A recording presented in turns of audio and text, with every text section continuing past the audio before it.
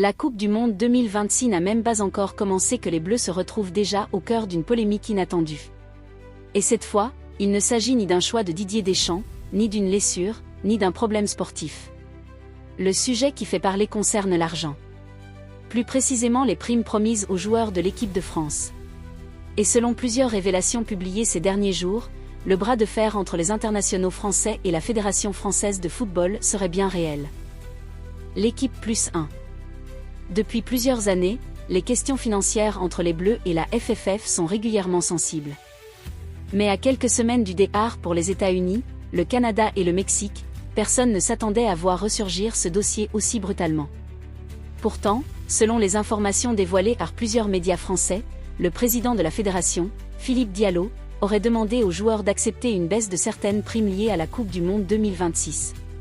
Une demande qui a immédiatement provoqué de l'incompréhension dans le vestiaire tricolore. L'équipe +1.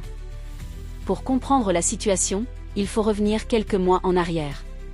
Après la qualification de l'équipe de France pour le Mondial 2026, la fédération avait validé une revalorisation des primes versées aux joueurs. Une décision qui semblait logique compte tenu du statut des Bleus, finalistes du Mondial 2022 et toujours considérés parmi les grands favoris de la compétition. Mais aujourd'hui, changement de discours.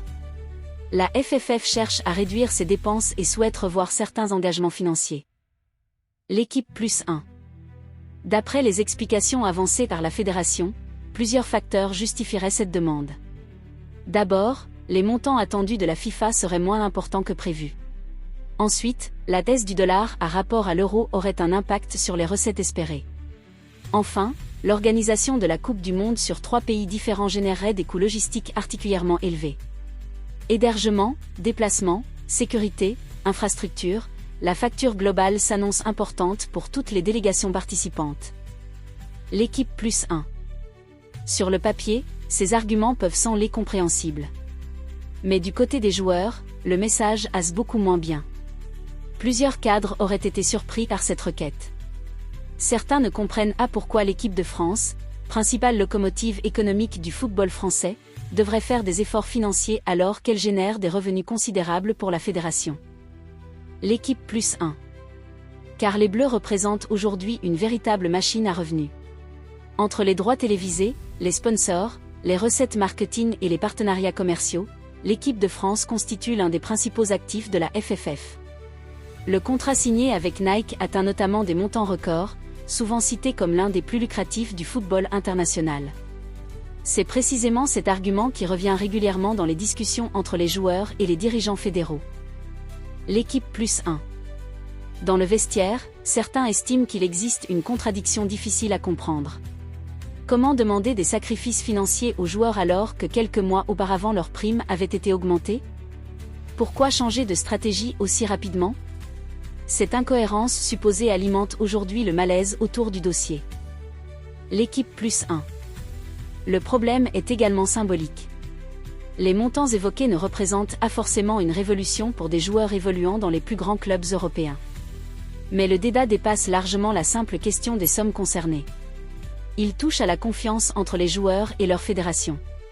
Et dans une compétition aussi exigeante qu'une Coupe du Monde, la confiance est souvent un élément essentiel de la réussite sportive. L'histoire récente du football français montre d'ailleurs que les questions financières peuvent rapidement devenir explosives lorsqu'elles sont mal gérées. Les Bleus ont déjà connu plusieurs épisodes délicats autour des droits à l'image, des primes collectives ou des conditions de rémunération. Chaque génération a dû, à un moment ou à un autre, négocier avec la fédération pour définir les règles du jeu. Ce nouvel épisode rappelle que ces discussions restent toujours sensibles. Facebook. Ce qui inquiète certains observateurs, c'est surtout le timing. À quelques jours du début du rassemblement de préparation, l'équipe de France aurait sans doute préféré parler tactique, état de forme ou objectif sportif. Au lieu de cela, une question financière s'invite au centre de l'actualité.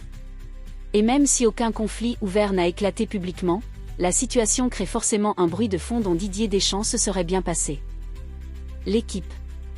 Le sélectionneur connaît parfaitement ce genre de dossier. Depuis son arrivée à la tête des Bleus, il a toujours essayé de préserver son groupe des turbulences extérieures. Sa priorité reste la performance sportive. Mais lorsque des discussions financières concernent l'ensemble du vestiaire, il devient difficile d'empêcher le sujet d'occuper une place dans les conversations internes. Pour la fédération, l'équation est également complexe. Les dirigeants doivent composer avec des contraintes budgétaires de plus en plus importantes. Plusieurs secteurs auraient déjà subi des réductions de dépenses ces derniers mois. Certaines sélections de jeunes auraient été touchées par des arbitrages financiers, preuve que la politique d'économie dépasse largement le cadre de l'équipe A. L'équipe. La FFF cherche donc manifestement à retrouver un équilibre économique. Mais le risque est de donner l'impression que les joueurs de l'équipe de France deviennent une variable d'ajustement budgétaire. Une perception qui pourrait compliquer davantage les négociations en cours. Pour l'instant, aucun accord définitif n'aurait été trouvé. Les discussions restent ouvertes. Les deux parties continuent d'échanger afin d'éviter une escalade médiatique. L'objectif commun demeure évidemment la réussite sportive lors de la Coupe du Monde. Personne n'a intérêt à voir cette affaire prendre des proportions incontrôlables. L'équipe +1. Mais cette histoire révèle aussi quelque chose de plus profond. Le football moderne génère toujours plus d'argent, pourtant les conflits financiers restent omniprésents. Les revenus augmentent, les contrats explosent, les compétitions rapportent davantage que jamais, mais les débats sur le partage de ces ressources continuent d'alimenter les tensions. Inside FIFA +1. La question qui se pose désormais est simple, les Bleus accepteront-ils de faire un geste envers la fédération pour préserver l'unité avant le mondial? Ou au contraire considéreront-ils que la FFF doit respecter les engagements pris quelques mois plus tôt? La réponse pourrait arriver très rapidement, car le départ pour la Coupe du Monde approche à grands pas. Une chose est sûre, cette affaire ajoute une dose de tension inattendue autour de l'équipe de France. Et alors que tout le pays espère voir les hommes de Didier Deschamps partir à la conquête d'une 3e étoile, beaucoup auraient préféré que l'actualité tourne autour du terrain plutôt que des comptes de la fédération. Et vous, qu'en pensez-vous? La FFF a-t-elle raison de demander un effort financier aux joueurs pour préserver ses finances, ou les Bleus sont-ils légitimes à refuser une baisse de leurs primes après les promesses faites ces derniers mois? Donnez votre avis en commentaire, le débat est lancé. L'équipe +1.